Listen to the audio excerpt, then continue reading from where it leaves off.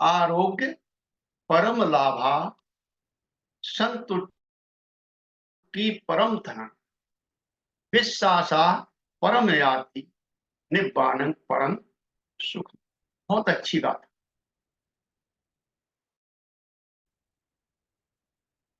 भगवान बुद्ध के टाइम की बात है। राजा प्रसेनजित, कौशल नरेश, राजधानी श्रावस्ती, सभी जानते हैं अच्छी तरह से। नहीं जानते तो आप अच्छी तरह से सुन लीजिए। राजधानी श्रावस्ती आज सहेट महेट के नाम से जाना जाता है। खाना कुछ ज्यादा खाते थे। खाना खाने के बाद भगवान बुद्ध के प्रवचन को सुनने गए, उनके मार्गदर्शन को सुनने गए, उनके उपदेश को सुनने गए। जेतवन में पहुंचे। बहुत बड़े बुद्ध विहार बने हुए थे उस समय, बहुत सारे बुद्ध विहार, लेकिन दो बुद्ध विहार वहां पर बहुत ही प्रसिद्ध। एक बुद्ध विहार था जेतवन, इसकी कहानी आपको पता है, बहुत सभी जानते होंगे कि इस जेतवन की जो भूमि खरीदी गई थी, आज भी उतनी कीमत की जमीन पूरे विश्व में आपको कहीं, क्योंकि वो जो जमीन खरीदी गई थी सोने के सिक्के बिछा करके, हीरे जवाहरात बिछा करके।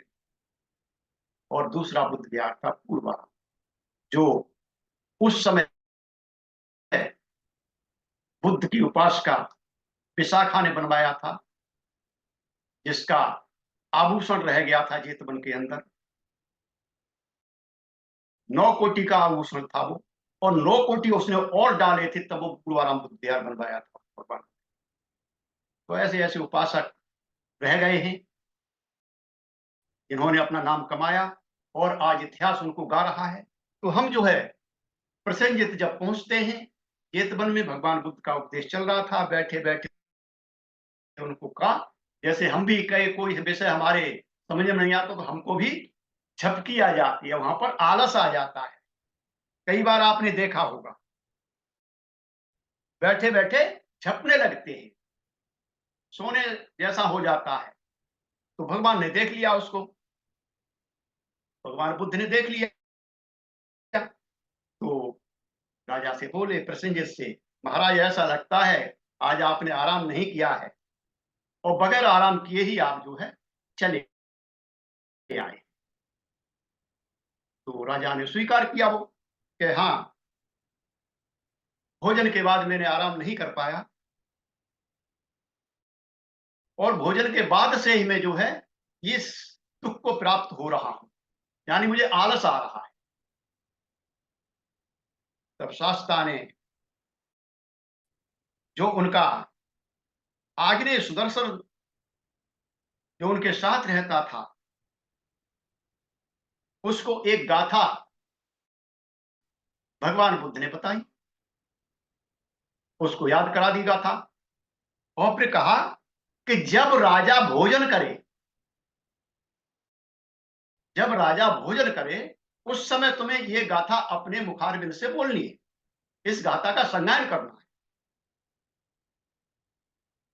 तो जब उसको उसने याद कर ली सुदर्शन ने, और पहुंच गए अपने महल में। तो जब भी राजा प्रसेनजित भोजन करने बैठता, तो वो जो है सुदर्शन उस गाथा को उसके सामने सुनाने लगता, पढ़ने लगता।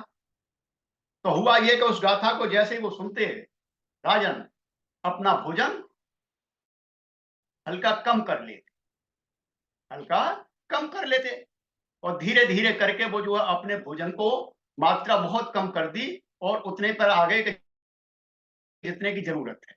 और इस प्रकार से उनका जो आलस था वो खत्म हो गया, उनका शरीर नीरोग हो गया, और उनके शरीर में स्फूर्ति आ गई, बल आ गया, उत्साही हो गए। तो एक दिन जब ऐसा हो गया उनके साथ में, तो एक दिन फिर भगवान के पास पहुंचे, भगवान बुद्ध के पास पहुंचे, प्रणाम किया, एक तो बैठ गए, बैठ करके कहा कि भंते जी, अब मेरा शरीर जो है सुखी है, मैं शारीरिक रूप से सुखी हूं, बेटी बज्रा का भी शादी मैंने सुदर्शन से करा दी है, इसलिए भी मैं सुखी हूं, उधर से भी मुझे कोई दिक्कत नहीं रही। और जो खोया हुआ मेरा द्रव्य था वो भी मिल गया, इससे भी मैं सुखी हूं। और आपकी सेवा के लिए कुछ लेके आया हूं, ये भी मेरे लिए सुखदायक है। तब भगवान बुद्ध ने वहां पर राजा प्रसेनजित से कहा कि महाराज, निरोग होना सुखदायक, आरोग्य परम लाभ। आरोग्य जो है, निरोग रहना, दुख मुक्त रहना जो है परम लाभ है, उससे अच्छा सर्वश्रेष्ठ लाभ है, उससे अच्छा कोई लाभ नहीं है। सर्वश्रेष्ठ लाभ क्या है कि हम जो है निरोग रहे। हाँ, जिसकी निरोग काया होगी वो बहुत सुखी रहता है। और संतुष्ट रहना परम धन है, सर्वश्रेष्ठ धन है। अगर आप संतुष्ट नहीं, आप पे कितना भी धन आ जाए तो आप जो है सुखी नहीं रह सकते। संतोष से बड़ा धन नहीं है, संतुष्टि से बड़ा धन नहीं है। आज क्या हो रहा है हम देख रहे हैं, अमीर और अमीर होना चाहता है। इसका मतलब क्या होता है कि जितना हम अपने लिए फालतू लेंगे, इकट्ठा करेंगे, उतना दूसरे के लिए जो है कम पड़ता हुआ चला जाएगा। तो संतोष से बड़ा धन नहीं है, और विश्वास से बड़ा कोई बंधु नहीं है। विश्वासा परमा ज्ञाति, ज्ञाति का मतलब बंधु। विश्वास से बड़ा कोई बंधु नहीं है, कोई हमारा सखा नहीं। क्योंकि जहां विश्वास है वहीं पर हम जो है अपना सब कुछ कर सकते हैं, निछावर भी कर सकते हैं, उसके लिए कुछ भी कर सकते हैं। और निर्वाण से बड़ा कोई सुख नहीं है। निर्वाण जो है परम सुख है। सर्वश्रेष्ठ सुख क्या है? निर्वाण। और निर्वाण का मतलब क्या है? चाहत रहित होना, आसक्ति रहित होना। और हम तो आसक्ति में पड़े ही रहते हैं, कोई ना कोई आसक्ति हमारे साथ लगी ही रहती है। तो हमें आसक्ति की तरफ देख करके आसक्ति को त्यागना है। तो चलते हैं भगवान बुद्ध की तरफ। बुद्ध हो गए, बुद्ध पूर्णिमा को, वैशाख पूर्णिमा, उसके बाद जेठ निकला, 4 सप्ते निकले, उसके बाद आषाढ़ महीना चल रहा है, 2 सप्ते उसमें निकल गए, अजपाल वृक्ष के नीचे, मुचलिंद वृक्ष के नीचे। और आप ये जो है 7वां सप्ताह आ गया आषाढ़ महीने का। भगवान बुद्ध विभिन्न प्रकार से वहां पर अपनी संबोधि को परखा, बहुत अच्छी तरह से, विभिन्न रूप से, और बड़ी अच्छी तरह संतुष्ट हुए। सारे क्रियाकलाप हो गए, मुचलिंद वृक्ष के नीचे से उठे, वहां से जो है जो वार्तालाप हुई ब्रह्मा समापत्ति से, या वहां जो कुछ घटनाएं घटी उनको देख करके भगवान बुद्ध आगे बढ़े, और 7वें सप्ताह में वो प्रवेश कर गए। और वो जो मुचलिंद वृक्ष से चल करके, जो सरोवर आपने देखा होगा, उसके किनारे से चल करके बीच में, और बोधि वृक्ष और वो मुचलिंद वृक्ष के बीच में एक और स्थान बना हुआ है जिसको राजायतन कहा गया है। उस राजायतन वृक्ष के नीचे बैठे और ध्यान मग्न हो गए। ध्यान ही तो था, वहां पर अकेले थे, अकेले चल रहे हैं वहां पर। वहां पर वृक्ष के नीचे बैठे और ध्यान मग्न हो गए। उनकी इस समय अवस्था क्या होगी, उनकी मानसिक दशा क्या होगी, आप सोच सकते हैं कि हमारी छोटे से थोड़ी देर के लिए अगर हम ध्यान करते हैं तो हमारी मानसिक अवस्था कितनी ऊंची उठ जाती है। तो वो तो लगातार ध्यान कर रहे हैं, लगातार उसमें चल रहे हैं, तो उनकी अवस्था क्या होगी। वो जो है उच्च से उच्चतम उस समय उनकी अवस्था चल रही थी, मनोअवस्था थी, बहुत ही अच्छी थी, बहुत ही सुंदर थी। और उस अवस्था में वो जो है विचार कर रहे थे लोक कल्याण।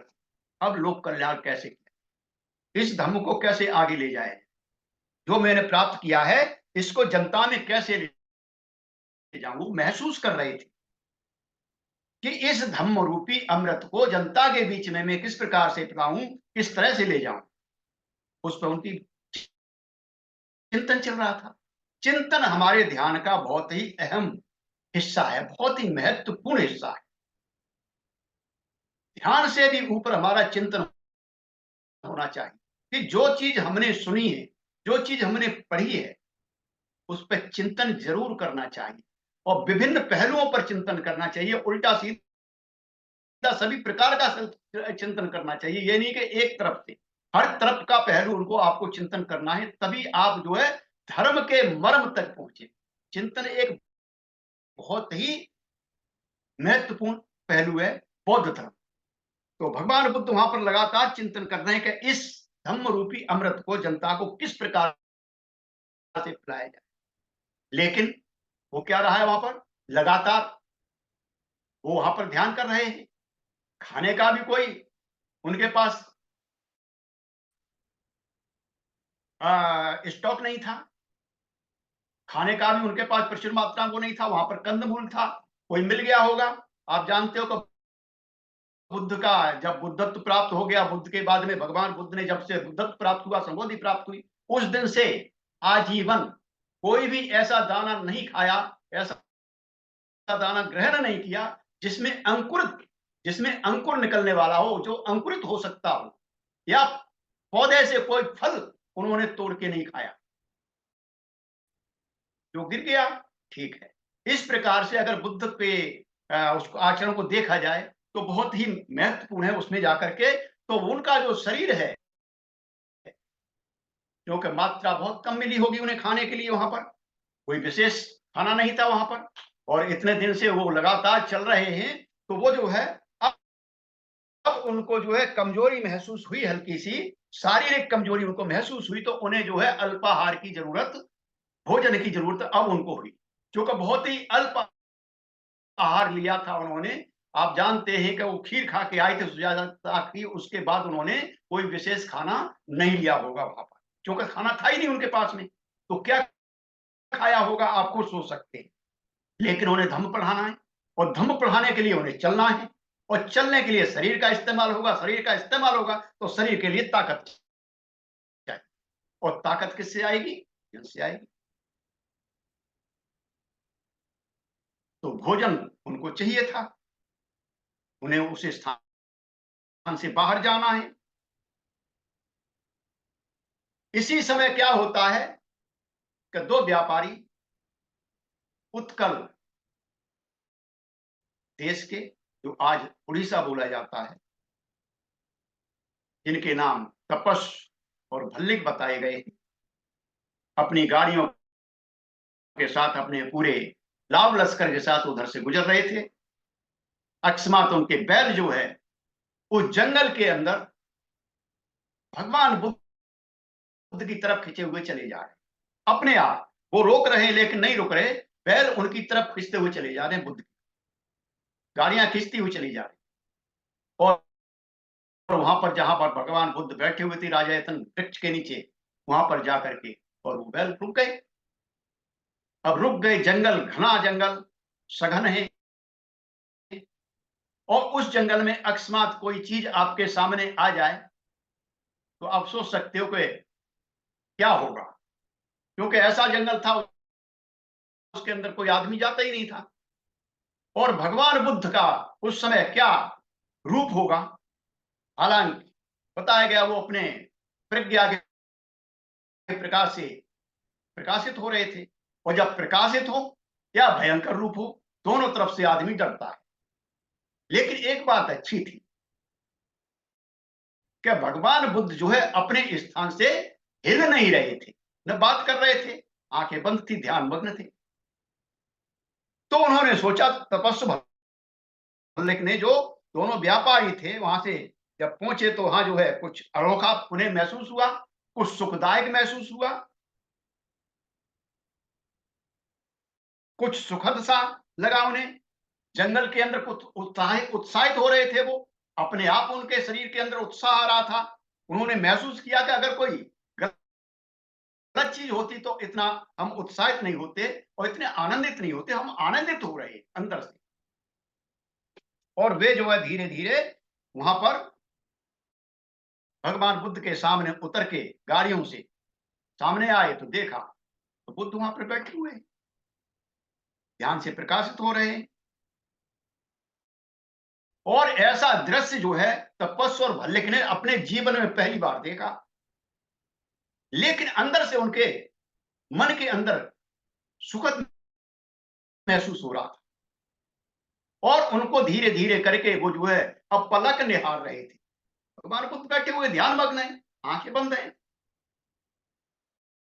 और वो जो है वो भी देख रहे हैं अपलक, वहां से निकल नहीं पा रहे, न जाने का मन हो रहा है और ना ही वहां बैठने का मन हो रहा है। लेकिन मन में एक चीज जरूर चल रही है, अगर कोई पूरी बुरी आत्मा पर चलते हैं, पहले होता रहता है, हमने भी बचपन में बहुत कहानियां सुनी है, वहां मत जाना, उस पेड़ के नीचे मत जाना, ये मत करना, वो करना, ये बहुत सारी चलती रहती चर्चाएं। और ये चर्चा उस समय थी तो उनके भी मन में ऐसा ही था। हो सकता कोई यक्ष हो, कोई दैत्य बैठा हो, लेकिन अगर ऐसा होता तो ये शांत बैठा हुआ है, ऐसा नहीं हो सकता, ये कोई अच्छाई व्यक्ति है। और वो धीरे धीरे बुद्ध की तरफ पहुंच गए और इस शांति की वजह से, शांतता की वजह से उनके मन के अंदर बुद्ध के प्रति बहुत गहरी श्रद्धा उत्पन्न हो गई, क्योंकि उनका भय धीरे धीरे कम होने लगा कि ये ना तो हमसे बात कर रहा है, ना कुछ कह रहा है, ना हमारा कुछ बिगाड़ रहा है, ना कुछ आपत्ति है। तो उनके प्रति धीरे धीरे उनके मन के अंदर श्रद्धा धीरे धीरे उत्पन्न होने लगी और वो जो है उनके मन के अंदर श्रद्धा स्थापित हो गई। जब श्रद्धा स्थापित हो गई तो आप जानते हो कि आज भी अगर बहुत हमने देखे हैं कि अगर कोई मंदिर पड़ गया तो हाथ जोड़ के यूं करके अंदर जाओ मन जाओ, लेकिन यूं करके कर ही लेंगे। अगर पीपल का वृक्ष आ गया तो यूं करके कर ही लेंगे, क्योंकि ये हमारी आदत में फंस गया है। इसी प्रकार से वो दोनों जो है वणिक पुत्र तपस्वी और भल्लिक दोनों जो हाथ जोड़ के और भगवान बुद्ध को वहां पर नमन किया। अब जो कुछ होगा वो तो देखा जाएगा, यहां से भाग तो सकते नहीं है, अब बुरा हो या अच्छा हो। तो उन्होंने नमन किया, नमन करके और उन्होंने उनसे पूछा कि आप कौन है। हिम्मत की, नमन कर लिया, वो उठ नहीं रहे, भगवान बुद्ध बैठे अपनी जगह पर, जब उठ नहीं रहे तो उनकी और हिम्मत बढ़ी। तब उन्होंने कहा कि आप कौन हैं। भगवान बुद्ध ने अपनी आंखें खोली, आंखें खोली, देखा तो वहां पर तपस्वी और भल्लिक दोनों। उनसे बोले कि भाई मैं बुद्ध, अभी अभी मैंने संबोधि प्राप्त की है। कुछ और औपचारिक बातें हुई।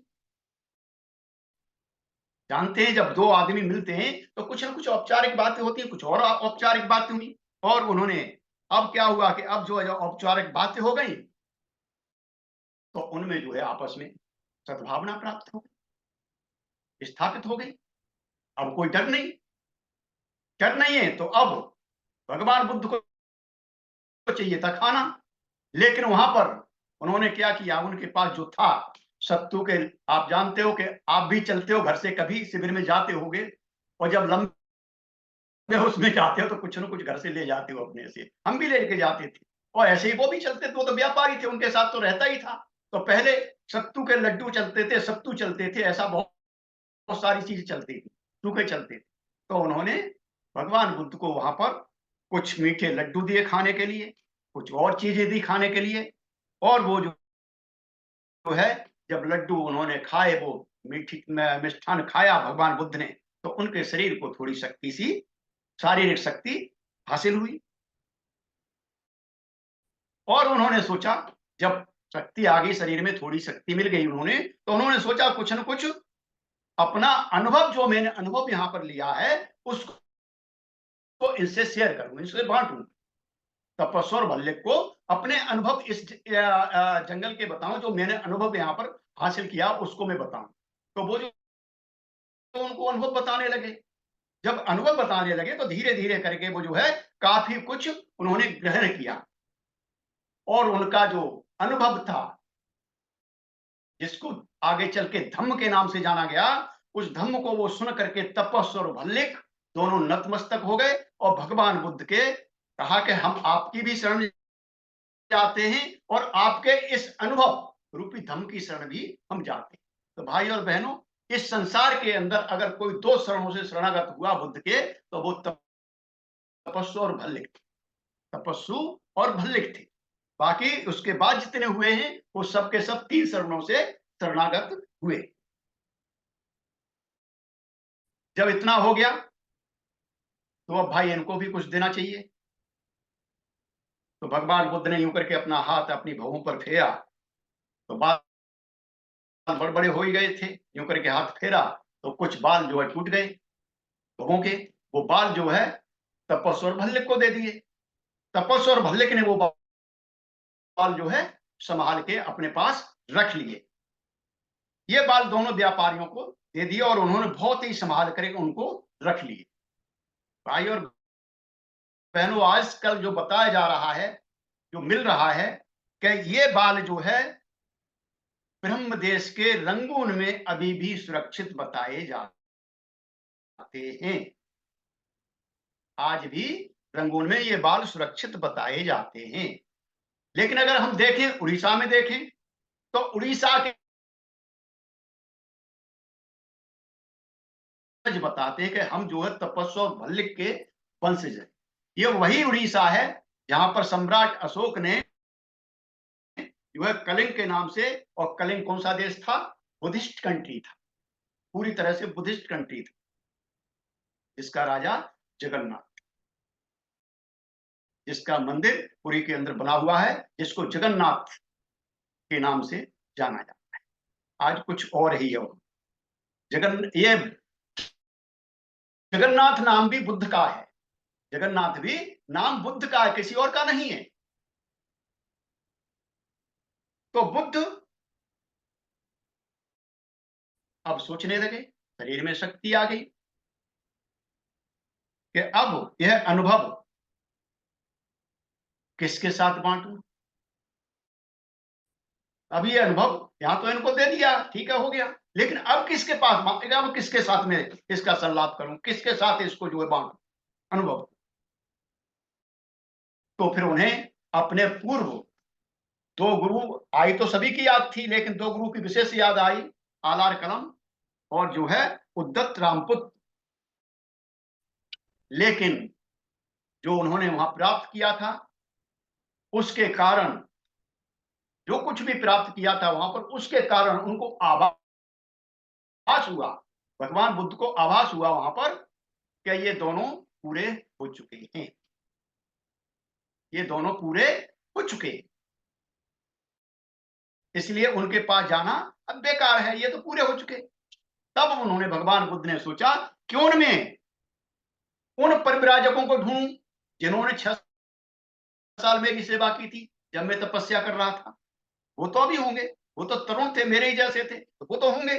तो क्यों ना मैं जो उनके उनके साथ अपने इस अनुभव को शेयर करूं, जो अतीत के मेरे 5 साथी हैं, उनके साथ जो है मैं जो इनको शेयर करूं, मैं अपने अनुभव को बताऊं, और तपस्या में जिन्होंने मेरी सहायता की थी, चूंकि भगवान बुद्ध अपने मन से दूसरे के मन की बात को जान लेते थे, इसलिए वहां पर ही बैठे बैठे उन्होंने इस बात को जान लिया कि इस समय वो जो है सारनाथ में है, और भगवान बुद्ध धीरे धीरे करके वहां से उस जंगल से बाहर निकले, और बाहर निकल के वो जो है सारनाथ की तरफ चलने लगे।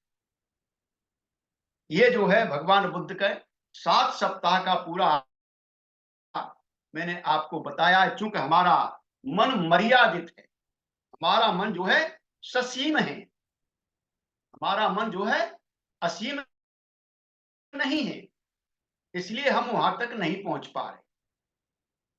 भगवान बुद्ध का मन अमर्याद होता है।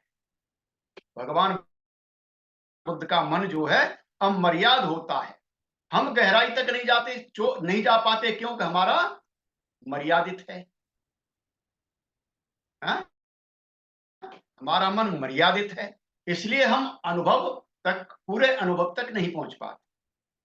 हमारा मन जो है कर्म नियम पर काम कर रहा है। हमारा मन किस पे काम पर कर रहा है? कर्म नियम पर, कर्म नियम से चल रहा है। अभी हम धम्म नियम पर नहीं स्थापित हुए। धम्म नियम पर स्थापित हो जाएंगे तो हमारा पूरा कंप्लीट परिवर्तन हो जाएगा। जो परिवर्तन बुद्ध चाहते हैं, जो परिवर्तन बाबा साहब चाह रहे थे, वो परिवर्तन हो जाएगा अगर हम धम्म नियम पर स्थापित हो गए। तो हम क्या है? हम कम नियम पर अभी चल रहे हैं। हम कम नियम से अपने को गवर्न कर रहे हैं, उस पर चल रहे हैं। लेकिन भगवान बुद्ध का मन जो है धम्म नियम पर चल, वो जो है कर्म नियम पर नहीं चल। हमारे मन का कर्म से निगमन होता है। सुबह से लेकर शाम तक सोते हैं और सोते में भी हम जो है कर्म से ही बंधे रहते हैं। लेकिन बुद्ध का मन जो है कर्मों से ऊपर है। उनके लिए कर्म नहीं। जो कुछ भी अच्छा गत काल में किया, वो उसका परिणाम क्या है? आज हम उसको देख रहे हैं। वो आज हमारे सामने है। जो हम गत में करके आ रहे हैं वो आज हमारे सामने है। और जो आज हम कर रहे हैं वो हमारा भविष्य है। हर समय हम हमारे मन का निर्माण करते रहते हैं। प्रति क्षण हमारा मन जो है निर्माण होता रहता है। एक मन खत्म होता है, दूसरा निर्माण हो जाता है। और इसी प्रकार से हम आगे बढ़ते चले जाते हैं। इसी तरह से हम आगे बढ़ते रहते हैं। हमारे कुशल कर्म से हमारा कब का, हमारा जो है कल का अच्छा मन बनता है। अगर आज हम कुशल कर्म करेंगे तो कल आने वाला है, उसमें हमारा मन सुखद होगा, प्रफुल्लित रहेगा और क्या होगा? अच्छा बनेगा, उससे संस्कारित होगा और हमारे कर्म भी अच्छे होंगे। बुद्ध का मन धम्म नियम से चलता है, जहां ऊंची से ऊंची अवस्था बनी रहती है। उनकी मनोवस्था हर समय उच्च बनी रहती है। वो जो है कभी नीचे नहीं आती। वो उच्च से उच्च मनोवस्था निर्माण होती रहती है, लेकिन हम उसको स्थिर नहीं रख पाते। यह अवस्था किसी में भी निर्माण हो सकती है, कहीं भी निर्माण हो सकती है। उसे कोई ये नहीं कह सकता कि बुद्ध में ही निर्माण होगी, किसी में भी निर्माण हो सकती है। बाबा साहब में निर्माण हो गई तो आज जो है वो विश्व सूर्य बन गए। भगवान भंते जी में निर्माण हो गई। देखिए हमारे बीच बहुत सारे धर्मचारी ऐसे हैं जिनके अंदर निर्माण हो गए, चल रहे हैं। तो इस प्रकार से आज का जो विषय है मैंने आपको बताया। मैं अपनी वाणी को यहीं पर रोकूंगा। आपने बहुत अच्छी तरह से सुन लिया। आप सभी का बहुत बहुत साधुवाद। ज्ञानबोधन।